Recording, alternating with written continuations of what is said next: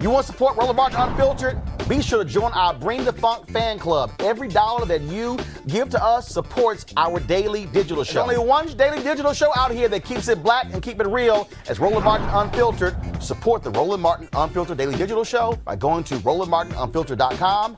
You can make this possible. I want to go to right now to MSNBC analyst Malcolm Nance. He, of course, serving long time in U.S. intelligence, author of the book, The Plot to Betray America, How Team Trump Embraced Our Enemies, Compromised Our Security, and How We Can Fix It. Malcolm, put into context exactly what has taken place in the last 24 hours.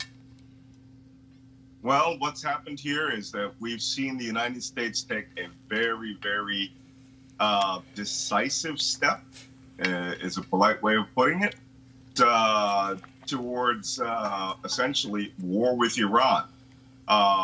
This goes back 1 week ago when suspected Iraqi militias in Iraq who were trained by Iran were accused by the United States government of carrying out a rocket attack on a base named K1 in the vicinity of Kirkuk, Iraq. This killed one contractor, wounded several service members. From there, they decided that this was backed by Iran, that Iran apparently gave the Iraqis the weapons and equipment to do this, which, you know, when you're talking about an Iraqi militia, is a little laughable because the Iraq are awash with weapons. From that point, the United States vowed that they would have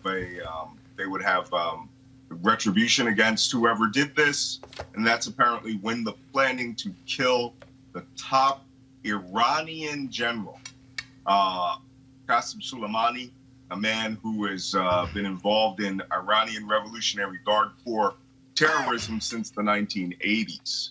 Soleimani is not just a general. He is like a combined equivalent of the vice president, the chairman of the Joint Chiefs of Staff, and, you know, has rock star status, like, you know, almost equal to Barack Obama, for example, because he is also the man that mobilized Iraq's militias from a ragtag group of people into a 500,000-man force that defeated and pushed ISIS completely out of Iraq. He was very public. He was on television all the time, very popular. And it apparently the United States carrying out a drone strike executed him. The deputy commander of a gentleman by the name of Al-Muhandis, or the engineer, as it's translated, who was the commander of the Kataib al-Hezbollah, the organization that carried out the protests around the embassy the other day and laid siege to the building. They were both killed in the airstrike, and there have been reports that commanders from two other militias were arrested and seized by U.S. forces. So Malcolm, explain this. So apparently the United States decided that we would go directly at the Iranians and essentially wipe out their most popular figure outside of the Ayatollah Khamenei himself. Malcolm, explain this. So Donald Trump stands before the cameras in Florida and says this was the #1 terrorist in the world. That's not true. You know, it really goes to how the conservatives define terror, right? Anyone that they don't like, who may have been involved in activities which were nefarious, they can do that. Now, I have been in this business since the early 1980s, and Qassem Soleimani came on my radar in 1986 when we were carrying out activities to rescue and find hostages that were being seized by the Lebanese Hezbollah terrorist group. He is a terrorist in the sense that as a sponsor of state terrorism, right, where he would work with militia groups, he would work with state proxies like Sunni Shia rebels, in Yemen, Shia rebels in Syria, who would carry out acts of terrorism. In that sense, if you say he is as a state sponsor of terrorism, yes, but he is not Osama bin Laden. He is a state figure. So, there are people in this world who would point out U.S. activities and would say essentially that Mike Pence is the same thing. But you just said something critical here. You just said something because you said that he was the one who put together the group that drove ISIS out of Iraq. And this is the piece where I think Americans not really understanding what in the hell is actually happening. So here you have, again, in this country historically, because first of all, if we want to go all the way back to Mossadegh in 53, where the Iranians, there was a time when the Iranians loved America, but when we helped what is basically British Petroleum, BP, today, overthrow Mossadegh, then Iran, and put the Shah of Iran, that's what changed everything. But what's interesting here is that what you're dealing with in this region is that you have, at one time, we loved Saddam because he hated Iran. Then we were down with Iran because they hated Iraq. Here you have an Iranian general who's driving ISIS out, and we're supposed to hate ISIS. And I think that's the piece that people don't understand. You have these different loyalties as that's happening there because different people have different interests based upon what what is happening in their country. Well, in this circumstance, you're absolutely right. But you would have to understand this is when Iraq was invaded by ISIS, where they came from northern Syria and then drove almost down to the top of Baghdad. Iraq was working almost principally by itself, and then with the air assistance of the United States. And this is where enters Soleimani.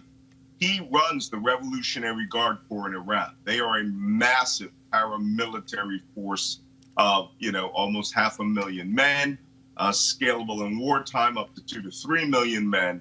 And the IRGC's mission in this case was to assist Iraq and whatever they need as Shia religious brothers, so to speak, right? They all come from the Shia faith. He came with weapons, equipment, organization, and literally organized this ragtag band of Iraqi militias that were essentially guys with guns and turned them into an army and had them fight side by side with the Iraqi army when they retook the city of Mosul and then drove the ISIS out in the north and west and the west. Soleimani worked in coordination with us because, of course, he was working with the militias. He was on the battlefield all the time. He was a very hands-on general, and he worked with these Iraqis to help them lose. I mean, they lost thousands of men, but they drove ISIS out of Iraq. So in that circumstance, we needed him. But that doesn't mean that he wasn't awash with blood all over his hand. I mean, Soleimani was a bad actor. He worked in Iran's interest. He did not work in our interest. And of course, after our mutual interest was ended, he went back on the hit list. Now, that doesn't mean that we should have struck him when we did, where we did, because what happens in this administration is they carry out acts without thinking about the consequences. They have no consequence management skills. And this could literally turn the Middle East aflame. And so Malcolm, so explain that for folks who are watching, because I think what you have is you've got Fox News over here, Trump took him out, and then saying, well, these other presidents, they wouldn't do that. Well, there was a reason why a President Barack Obama or President Bush or President Clinton or other presidents would not target a top Iranian general, because they understand proportionality. Yeah.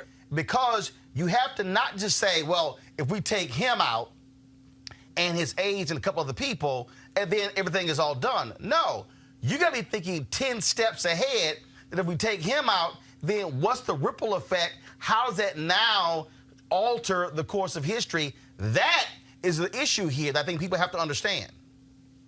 Well, certainly, you would imagine that any normal White House would have this gamed out using experts, using the State Department diplomats, and they would try to understand what the secondary and tertiary effects of any of their decisions are. However, when you get a situation that's much, much similar to the George W. Bush decision to just go into Iraq and wipe that country out, Saddam Hussein and its leadership out, where they literally hid all of their operational planning away from diplomats, and literally, when I was in Iraq, said they didn't want any experts or anyone that could speak the language or understand the culture. So this is where you get disasters from. And what's happening here, Soleimani, although he deserved that missile, it's the secondary and tertiary effects and, quadrary effects as they come. Right now, the ball is in Iran's court. They have the option of setting the Middle East on fire or being a little magnanimous about this and exacting their revenge later.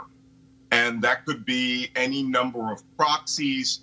But, you have the new commander of the Iranian Revolutionary Guard Corps, who was the deputy of Soleimani.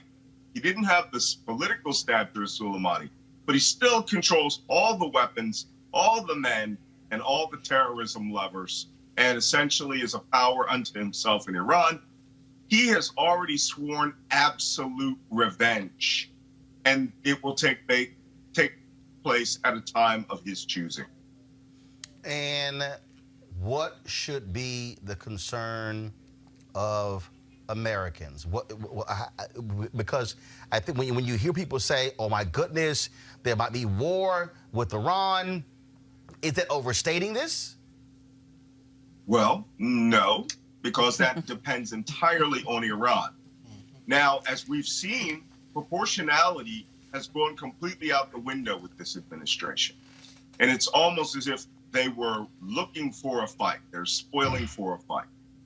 You could move to a point where you could have a war that is direct, open confrontation with Iran, if Iran so chooses.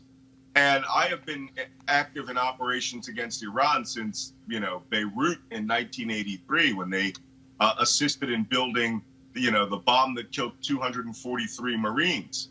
And I've been in direct combat with Iran, direct naval combat in 1988. And been bombarded by Iranian missiles by Iranian militias in Iraq. So we haven't had a circumstance since the 80s where we would get into a face-to-face confrontation because Iran doesn't think it's in their interest. But they certainly have the capability of defending themselves. Let me make this clear to your viewer. When we invaded Iraq, we were fighting 25% of the population, about 5 million people. There were 80,000 terrorist combatants. They managed to kill over 7 years 4,493 service members and wound over 20,000. Iran is a homogenous nation state of 85 million people. They have the capacity to spool up the number of men between 18 and 35 in a matter of weeks. And that number is almost 30 million men. So this isn't something we should take lightly. This is a very large nation. It has a history that's almost 4,000 years old. They have a regional doctrine and strategy that they're adhering to. And killing General Soleimani, they do not want to destroy their own infrastructure. They will make sure that their revenge is exacted quietly, hopefully, and most likely the Iraqi Shia militiamen will carry out this revenge, not the Iranian army or the Iranian armed forces. Last question for you. How problematic is it that Donald Trump told Israel about this action before it happened, that we've already communicated with Russian leaders, yet he is still to tell the Gang of Eight, Republicans and Democrats, talking with Senator Lindsey Graham and Matt Gaetz and some others, that's not the same as the congressional leadership. Look, Donald Trump does not care about the Constitution of the United States. He doesn't care about the organization of the government of the United States. Let's be frank. Donald Trump is an autocrat. He wants to be an autocrat. His best friends are an autocrat. He may as well just call himself, King Donald I, because he chooses to run this government like he is a monarch, like he's a king. And he doesn't seem to understand nor believe that all of the trappings around him, the very people that built the White House, John Adams, risked their lives to fight people like Donald Trump, to fight against this monarchical mindset. He does not care. And now that he's been impeached, he's starting to understand it's just a piece of paper, so long as he has the Republican Party in his back pocket. And at this point, that makes him dangerous, because he flaunts not just the norms of the presidency of the United States, he flaunts the norms of decent society. And to him, having a war with brown people on the other side of the world, to him is a win, because his people are inherently racist, and they take U.S. policy to carry out racist activity. We've seen this time and again, documented, confirmed behavior. So with that in mind, and the belief that he is unaccountable to the nation, he will carry out a war and do whatever he wants. And hopefully that Iran's retaliation isn't so severe that he starts thinking about applying the use of nuclear weapons, because he is an absolute monarch. He has the authority, so long as the target is not something crazy like France. He has the authority to target and use nuclear weapons as he sees fit, because the people of the United States, in their infinite wisdom, chose him as president. That's how the rules work. I know I had a final question for me, my panelists. You have any questions for Malcolm? Anyone?